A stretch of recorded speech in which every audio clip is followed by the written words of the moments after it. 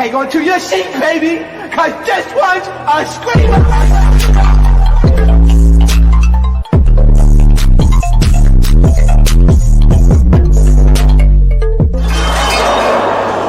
Are you not entertained? Are you not entertained?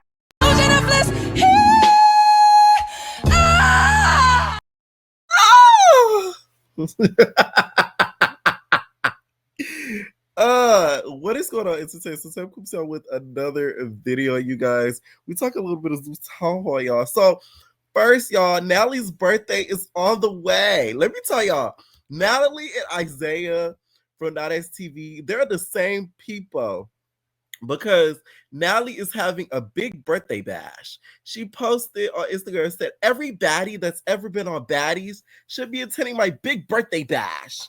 I have big things planned, and respectfully, I'd like everyone to attend. Thank you, ladies. See you all in San Francisco. Any questions, please DM such. I have a bunch of things already planned and arranged for us all. See you guys on December 27th, morning of. Any Zoo Stars and Bad Boys also hit their DMs. I have arranged things for us all. So basically, she's doing an open invite to all of the baddies. This is going to be a battlefield. This is the reunion before the reunion. Y'all know most of the baddies gonna show up.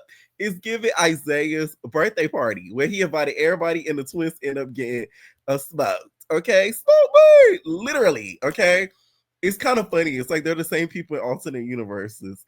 I think this is gonna end up being a little bit of a bloodbath. A lot of the baddies do not even get along, so for them to even be in the same room, it might not turn out how she wants it to be. Do I think anybody's going to touch that? No. I don't think anybody would be dumb enough to do so. Plus, I don't think he's even necessary, okay? Now that at this point has put in enough work, really has carried that franchise and the network on her back, let that lady live her birthday in peace. I'm just saying. Plus, y'all know she's going to have security down, so nobody would dare to even try it. I'm talking to you, ET. So, I do think, though, that most of them will end up showing up.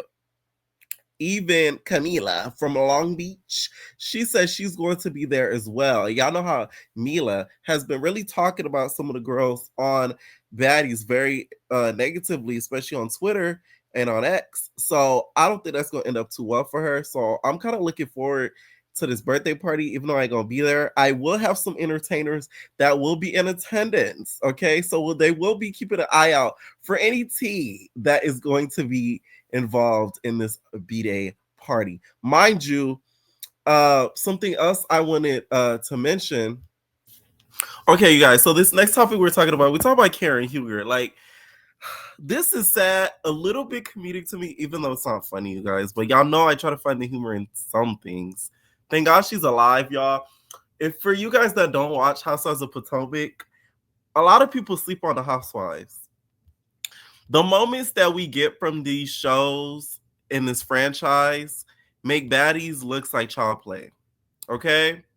Because it's real life. Ain't nothing scripted, ain't no baddie script, ain't none of that. Okay? This is about like the third or fourth housewife, probably more than that, because I'm probably leaving some people out that have been caught drunk, DUI, dash cam tape. We had Luann from New York, we had Shannon from Orange County, countless of probably others that I'm leaving out, right? A lot of people from this topic are kind of saying, oh, why is Karen's dash cam footage being released but not Shannon's? I'm bringing race into this.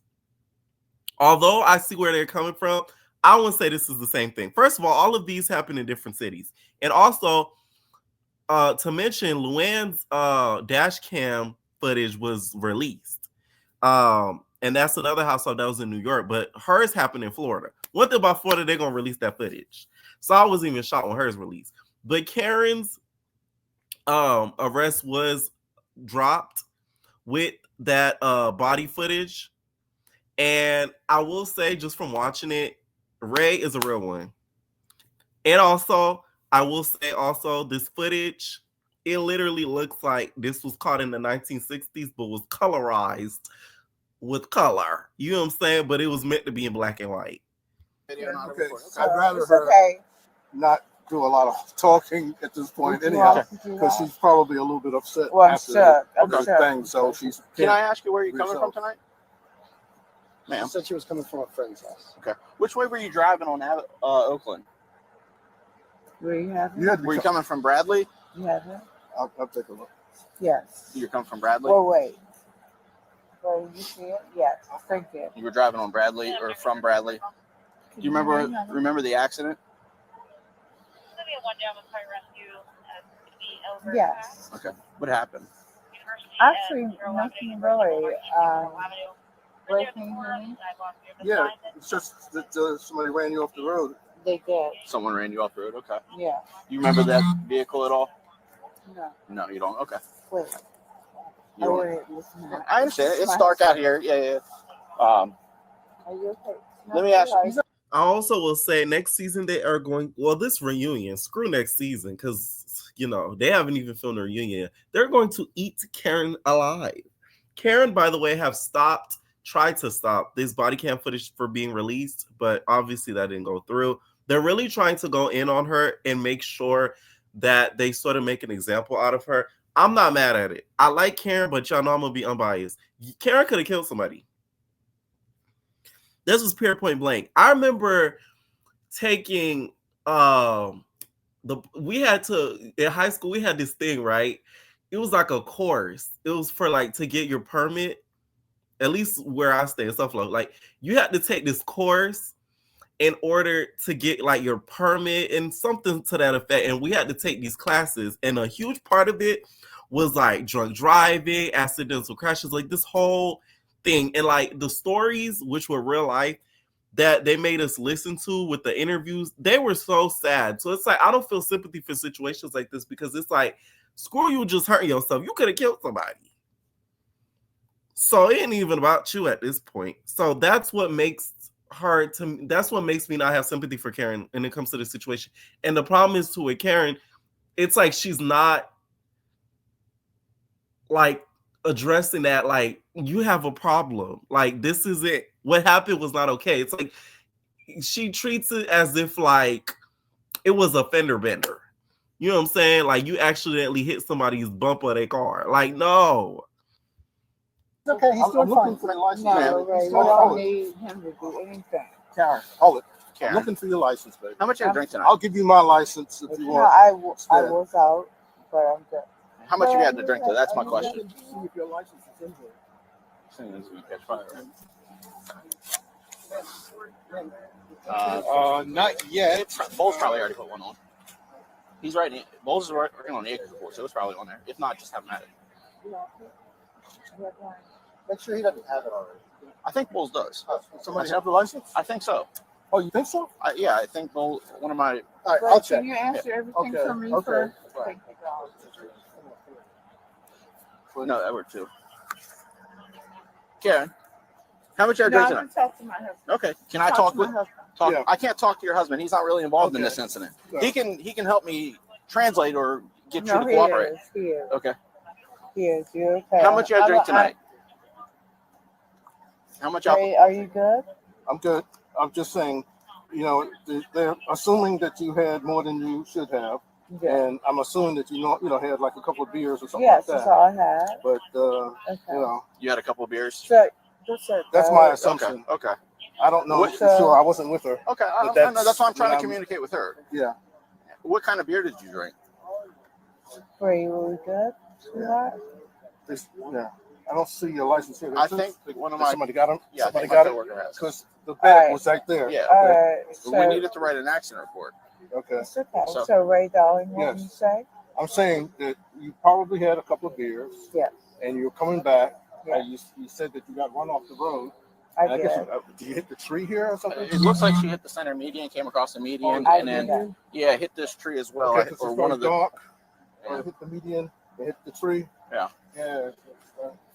Ray, can you pick my purse up, It guys? doesn't take much. to- No, it doesn't. Sweetheart, can you speak to me, please? Okay. Hey, your car's on fire. Your car's on fire. Get away from your car. My car? Still smoking? No, it's on fire.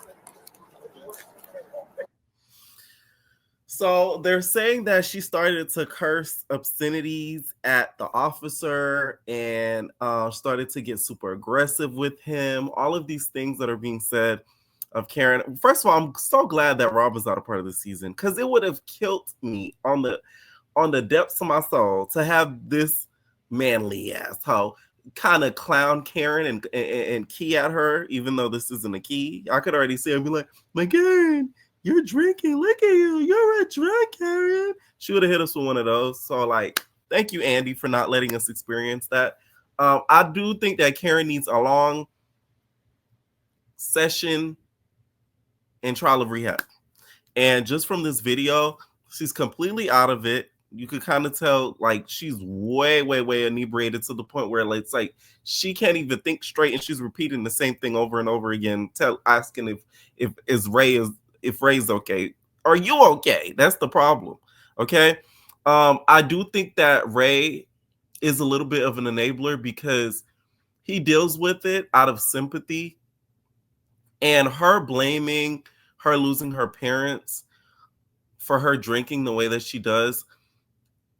I don't think she's able to use that as a clutch because, first of all, like, not to bring age into this, Karen's not no spring chicken.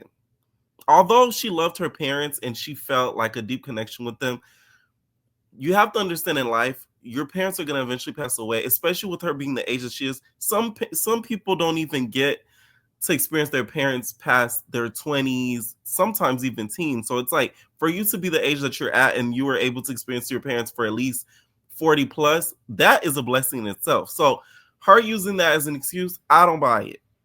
I think it's full of shit. I just don't.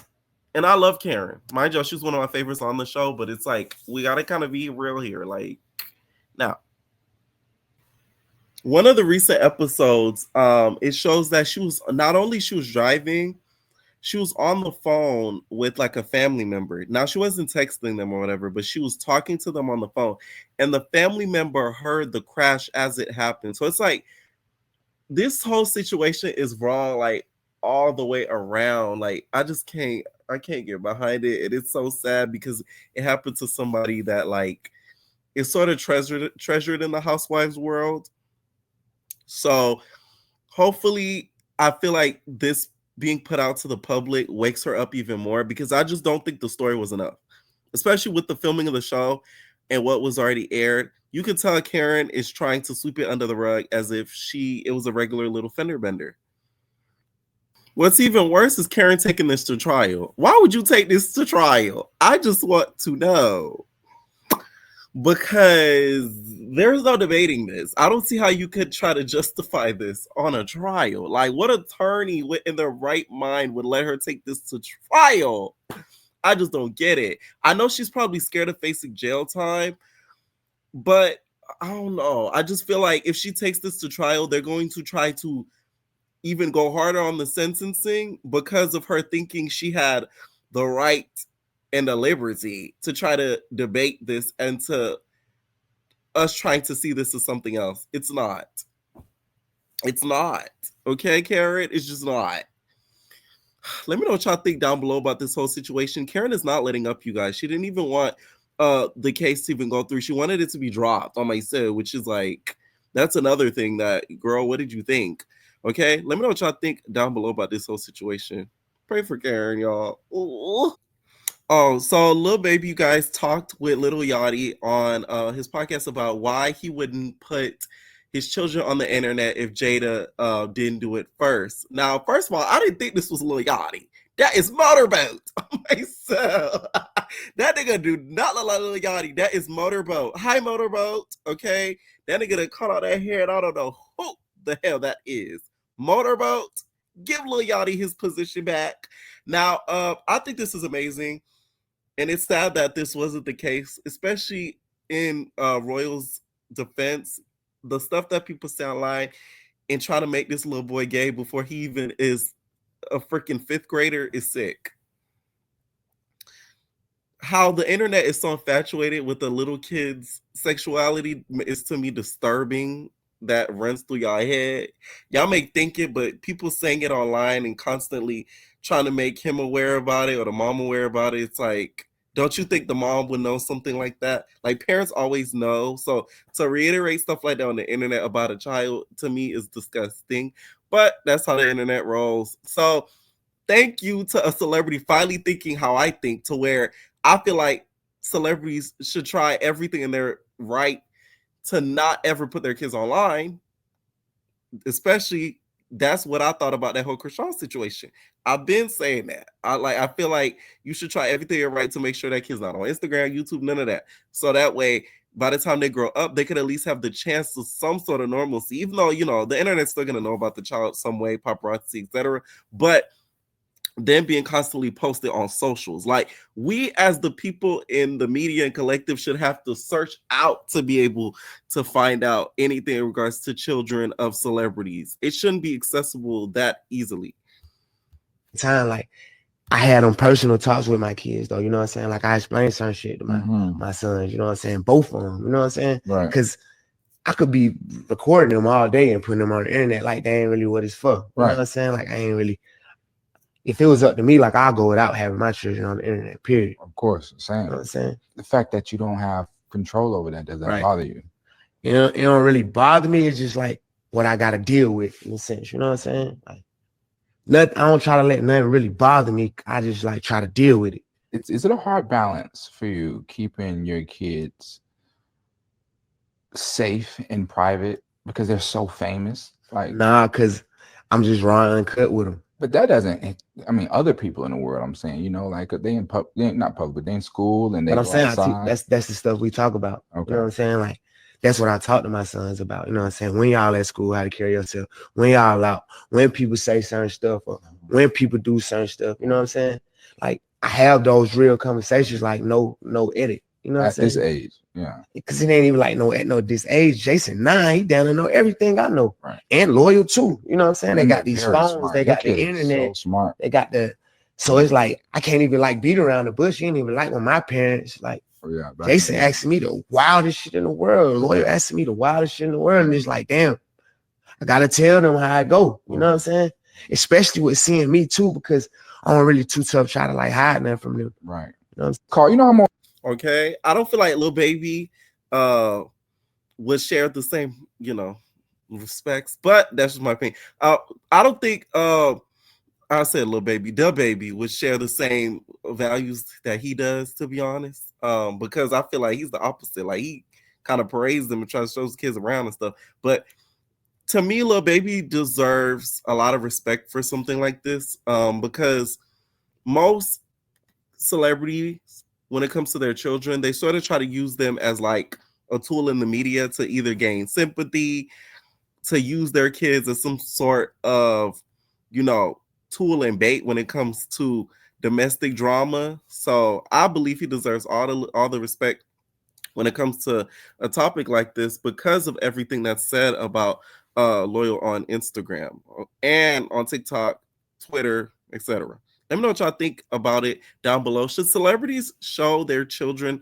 online and display their children constantly online on social media platforms, or should they try to hide them in order to shield them from the world? Okay. Now let's talk Megan Thee Stallion. Now y'all know I was Team Megan on this whole situation, but this whole situation when it comes to, we could call it mall radio, is a little crazy to me when it comes to the Zelle payments. Now, recently, there has been some information revealed showing that Tory Lane's father was giving Milagros money, right? Was giving the blogger money, allegedly, to keep posting about negative things about Megan, keep reporting about the story. I don't believe this, and the reason why is because the payments were scatterish, meaning that they weren't on a consistent basis for that period of time. And Milagros don't strike me as the cheap type of bitch. Meaning, I'm not saying she's out here, living grand, or she's like a bougie type bitch, but I just feel like if he wanted her to continuously go on a hate campaign, best believe there would be checks cut on a consistent basis. The payments were sporadic to me. They were just sort of like here and there. Sort of like a thank you. It wasn't like a I need you to do this here. Like you're paying an assistant, like you're paying somebody for a campaign. We got October 28, 2020, $500. 2021, February, $1,000. February 25th, 2021, $300. March 7th, $200. April 21st, $500. March 2022, $500. Like, that's too sporadic for me. She would have went, first of all, the later half of 2021 with no payments. The beginning of 2022 with no payments. The later half of 2022 with no payments. Okay? Also, y'all got to understand the later half of 2020, which is where a lot of the stuff really went down because that's where everybody started speculating stuff. No payments? I don't know. It's just like, was he doing it through the Cash App, Venmo? You know what I'm saying? A wire transfer? It's just like, I don't see this being the case at all. I feel like this was just more of a thank you, not a campaign pay trail. That was a total of $3,000. Okay. She probably made more than that just off of freaking YouTube and just off of her podcasting in a week. So what do y'all think she's going to do with that in the course of a couple of years? That's why I don't really buy this. Okay. Now, Tory Lanez lawyer ended up dropping a statement in regards to this whole situation. So we're issuing a brief statement in response to the recent accusations made against our client, Mr. Daystar Peterson, aka Tory Lanez, by Megan Pete, aka Megan Stallion. Our approach will focus on logic and common sense. In regard to the ridiculous claim that a right of habeas corpus was filed prior to the release of Mrs. Pete's documentary in an attempt to undermine her work is ludicrous. We would like to point out that appellate courts impose strict timelines for when filings and responses must occur. As the accusers now suggesting that the courts are trying to disrupt Mrs. Pete's documentary, our client, Mr. Peterson, was simply complying with those legal deadlines as required by the courts. As for the Zelle transactions of $3,000, we must ask the public to not jump to conclusions. The legal process will not only address these matters, but will prove 100% without a shadow of a doubt that they had nothing to do with Mr. Daystar Peterson's case at all.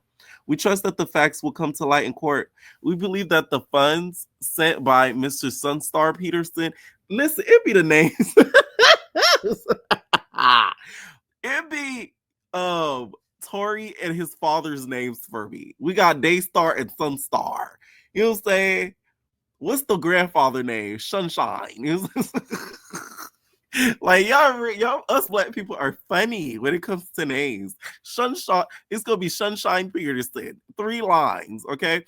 Will be fully accounted for and not connected to our client. This issue will be resolved by the lawyers in the courts where the truth will be revealed. On a broader note, I believe it is important to consider the pattern of behavior we're seeing. When someone has openly admitted to lying on major public platforms, such as Gayle King's and others, to the people, at what point do we as a society stop believing the narrative they are pushing and ask ourselves, is enough? We trust that the truth will be fully examined and proven through the legal process, and we remain 100% confident in our case. Now, a lot of people are saying that they feel as if that Megan's sort of dragging it, but I feel like there must be something going on behind the scenes that's not being revealed to the public, that Megan is feeling like she's being tortured. Like, I feel like she's being thrown, like, you know how Pretty Little Liars, they used to leave little messages around and just sort of like, they used to, what I call troll, to be like, oh, you're not going to find out who I am. I'm going to get you. I'm going to get you, bitch. I feel like she's getting a whole bunch of those messages, whether it be through some third party, because the fact that she basically claims that she wishes that she was she was unalived instead of living and having to deal with this torture, that's a lot. That's heavy. And for her to file a restraining order while he's behind bars is even heavier. There must be something going on for her to do this. Because if there's not, and she's just doing this off of the strength of still proving her innocence in all of this and to prove that he's guilty, that is what I would call dragging it. Because the man is already behind bars. So there's no way he can get to you unless, like I said, it's a third party poking and messing with her. That's the only thing I would think makes sense. Like, the abuse just can't be through bloggers. Like, come on now. Bloggers are going to talk regardless. We're going to talk. You know what I'm saying? Like, right? I'm a blogger, right? They're going to talk regardless, or we're going to talk regardless. So it's like nobody has to pay us to say certain things. So I feel like this is a little bit deeper and she's sort of scared to say it, or she's dragging it. And I'm leaning towards she's dragging a little bit because he would have been said it if it was something deeper. I feel like this is a revenge to get Milagros because the bitch is very witty. Say what you want. She has a good mouth on her. And I'm not talking about throwing. She has a good mouth on her. She knows how to read. And it is sometimes a good key. I will say that. It is pretty funny sometimes. Okay? So I think that is what's Megan's angle, is to really get her lick back. I don't think it's more so a torturous situation. I think it's a lick back, in my opinion. Let me know what y'all think down below. Now let's talk the battle of the white woman trying to impersonate the black women. Okay, Alabama versus Babie, aka she was a friend of mine. She slept with my man. She lied. She cheated. Took all I had. She was a friend of mine. She left with my man. She lied, cheated, took all I had. Okay, who told you I couldn't sing on my minimum talent? Anyways, this story to me is so like weird because half of them is like 18, 19, like 17. Y'all not even like, like y'all so young. Oh my God. And y'all living lives of 30-year-olds. Like, fuck, our generation is screwed. So Travis Barker's daughter, Alabama, apparently has been accused by Bhad Babie, who's still a baby, of stealing her nigga. Okay, so it was really posted. Most of it was online, posted all over Instagram, back and forth between the two. And it all started off where even Bad feels as if caught it on. Now, this is a clip of Alabama at and Bhad Babie at Alabama's birthday party. And I guess this is where she feels as if, you know, Bhad Babie shouldn't have brought your nigga. That, you know, she was kind of starting a plot to try to take her nigga. Okay? Now, they started to expose each other all over the gram. They started was, I told LV, his name is Lavon. So if y'all ever see LV and me mention LV, we ain't talking about Louis Vuitton. Not the brand. We talking about this cheap nigga Lavon. Okay? Cheap ass nigga Lavon. He said, I told LV next time I catch you, you gonna be with them. And then she added and said, Alabama, Barker took my man. And then Alabama replied back and said, hashtag don't believe the hype. Come on now, with your raggedy ass. Now she posted on Snapchat because that's what a coin be. Don't let it go over your head. Okay. And you know, lip sync JT and said, I never want a bum. This is why I said this is the battle of the white woman trying to impersonate a black woman. Okay, who does it the best? I'm gonna have to give it to Alabama because if you close your one left eye, that bitch is a city girl. Okay, let's give it a back. Now, Bhad Babie said playing victim is crazy. I truly believe she only entertained him because he's my baby daddy. I've watched her talk to numerous men with girlfriend, but never thought I would see the day she did it to me. That was your first mistake, Bhad Babie. Let me tell you something. If you ever friends with somebody who talks crap about everybody, they're doing it to you. If you're ever friends with somebody who's cheating on their nigga, left and right, sleeping with other people's men, they'll take your man. If you're ever friends with somebody who disrespects their parents and has no respect for their parents and cusses around them, curse them out, treat them like crap, they'll treat you like crap eventually because that shows their character. That's just common sense. Just like she's been to our home while LV was there. She knew he was my man. Damn, Alabama, you giving Portia. Now, she also posted messages of her telling Alabama about issues she was experiencing with her man. And then this way Alabama said, tell LV he a bitch. Well, this is what Bad Baby saying to Alabama, my bad. She said, tell LV he said, LOL, what he do now? He's just a little thought, and I'm not gonna let him keep getting away with it. Alabama goes, oh my God, y'all toxic. And then Bad Baby said, cuz I'd be wrong if I sent these to her, right? And then Baby said, Alabama replies back and said, man, chill, don't do all that. And then she says, watch me. It said, what you gonna get from that? It said, leave him to leave me alone for good. Okay? This is what Bad Baby says. And then Bad Baby ended up posting screenshots of Alabama Barker texting LV Levon and says she's only entertained with him because he's my baby daddy. So there's text messages that were sort of flirtatious. How I come to my house, come see me. That's the kiss of death. Those 3 words have caused many of DV situations, many of heartbreaks.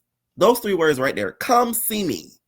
And then when they put the you and come, forget about it. Okay? Text reads, happy Thanksgiving. Can I get the chef info used yesterday or the other day? Mind you, the man really ain't all that, to be honest. And apparently he's allegedly abusive, so it's not really worth the fight, in my opinion. Now, Alabama posted a soliloquy, which I refuse to believe she wrote this.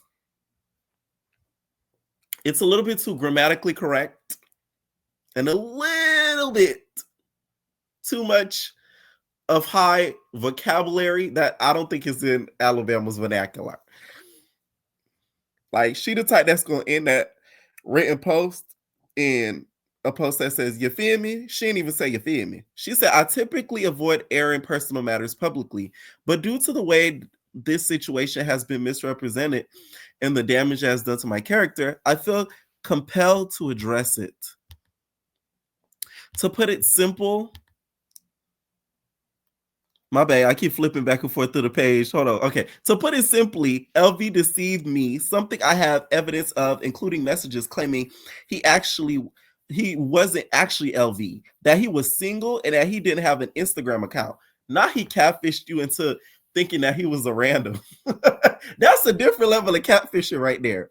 Before pointing fingers at me, I suggest looking at the source. Over time, LV initiated frequent communication, including calls and texts, but nothing substantial ever came from it. However, he has since deleted many of these images, though I have everything documented. I have apologized multiple times to Danielle, understanding that her partner misled me. At this point, this has been going on for a year, well before anything was posted. Throughout this time, LV has confessed his feelings for me repeatedly. And despite his dishonesty and betrayal of his relationship, I chose to disregard his advances. You know why I'm calling BS on Bama, okay? What man in 2024 that's around our age group, meaning around Alabama age group, don't have an Instagram? They don't even got to post on it on a daily basis or even on a yearly basis. But best believe they're going to have an Instagram, see what's going on, and to see what pussy out there. Let's just really be honest. Rarely do you find a nigga like that. So, like, that was your third mistake, because there's already 2 already in this. I also have continued evidence of him harassing me, including using false numbers to contact me and express his love for me. I want to be clear. I have no interest in this man, nor would I ever lower myself to be with someone who has been physically abusive towards women. Danielle, if you wish to address this maturely, please reach out to me directly. I think Alabama's full of shit in that she, did kind of pursue the man, because there's some people that are like, they love a chase. If they see a nigga, is already taken and happy, they want to chase. They want, they want something. It's like a cheetah. You know what I'm saying? They want the prey. You know what I'm saying? And Mr. LV was the prey. But I do feel like Danielle is stupid for even calling this or bringing this to the public, because the man isn't a prize. it's to the point where, you guys, she was venting online, and there was a particular person that ended up appearing in the background. I just feel like our relationship has ran its course, and there's nothing I could do at this point. This is beyond embarrassing. This is beyond disturbing, especially with everything that I'm going through. Like, it's just...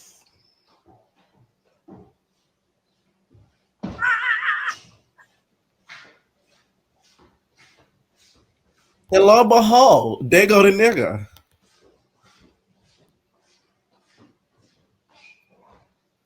You got something you want to say?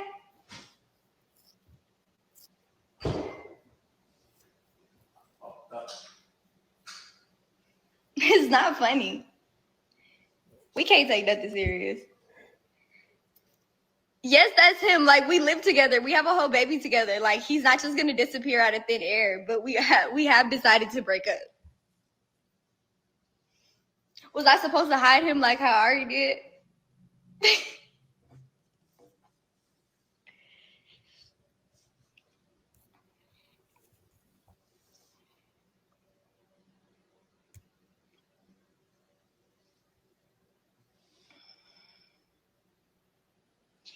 Yeah, I don't really know what else to say. Like, that's my story, and I'm sticking to it. She doesn't even look comfortable being there. This is even something to laugh at. You ever saw somebody being held for ransom? Like, she looks like she was being held for ransom. And to be honest, Travis Barker, I don't know if you need to get them drumsticks or them motherfucking the baseboards and knock that nigga upside his head, because it's like, with this whole picture, this isn't funny. Like, it's just sad, because it's like, I feel like with this day and age, we're pushing stuff like this out as if it's just normal. Where when I remember when Chris Brown and that whole Rihanna situation went down, the whole world like stopped and it was in shock, because it was something that was unacceptable. Now it's sort of like, move to the next story, like we finna do now. No shade, okay? I feel like Bhad Babie though is put in a spot now where it's like, she sort of accepted all of this, so she probably in her mind doesn't think she deserves better, which that in itself is really, really sad. Okay? Let me know what y'all think down below about all of these topics and more. And stay tuned for some more videos, and we're out, babies. No personal thing.